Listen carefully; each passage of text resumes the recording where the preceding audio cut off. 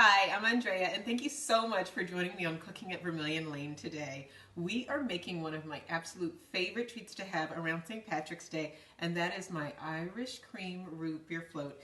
And it tastes just as good, if not better, than it sounds. We're going to be using Bailey's Irish cream, or any Irish cream that you have on hand and that you really like, as well as great root beer. And if you're out in the Midwest side of the United States and try Triple X root beer, I know, just ignore the title. I don't know what the deal is with that, but I had never heard of Triple X root beer until I got out to the Midwest, but it's so good. It's really, really rich and dark and earthy, but at the same time sweet and delicious. But whatever root beer that you have on hand and that you really like, go for it. And we're going to top this off with raspberries. In fact, we're going to layer the raspberries just like we would a trifle with the vanilla bean ice cream and Bailey's and root beer. Let's get started.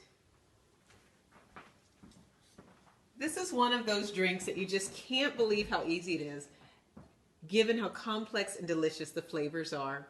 So we start in with just about 3 of our raspberries. Then we pop in 1 scoop of our ice cream. And we do that because we want kind of a trifle effect on this dish.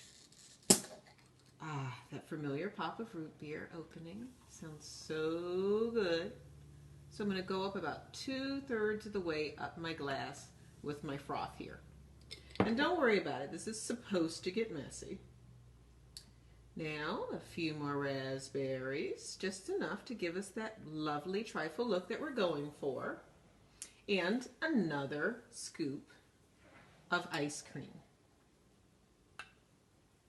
So I've got a little bit of a tip here. What I like to do is make my ice cream scoops in advance, or at least my husband does. And then I just pop them in the freezer, and it's so much easier to make my drinks then. Depending upon how much Bailey's Irish cream you want, I like to go in with just 1 teaspoon. And believe me, it goes quite a long way. Isn't that beautiful? Oh my gosh, it's so delicious. And now we're going to top that off with root beer. Really frothy.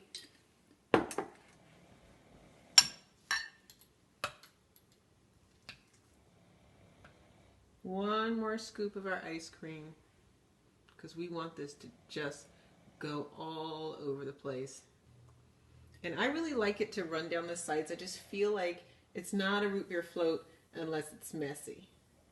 So that's kind of a purposeful thing on my part. You can decide if you want to go there or not. And then, of course, just for good measure, a raspberry on top.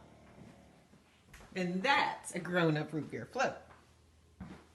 Thanks for joining me on Cooking at Vermilion Lane today. I had a blast making these root beer floats, but I'm going to have so much more fun drinking this bad boy because it looks some kind of good. I'll see you guys later, and don't forget, before we meet again, to subscribe to my YouTube channel, check out vermilionlane.com for lots more cooking, crafting, and culture, as well as follow me on Twitter, Instagram, and Facebook.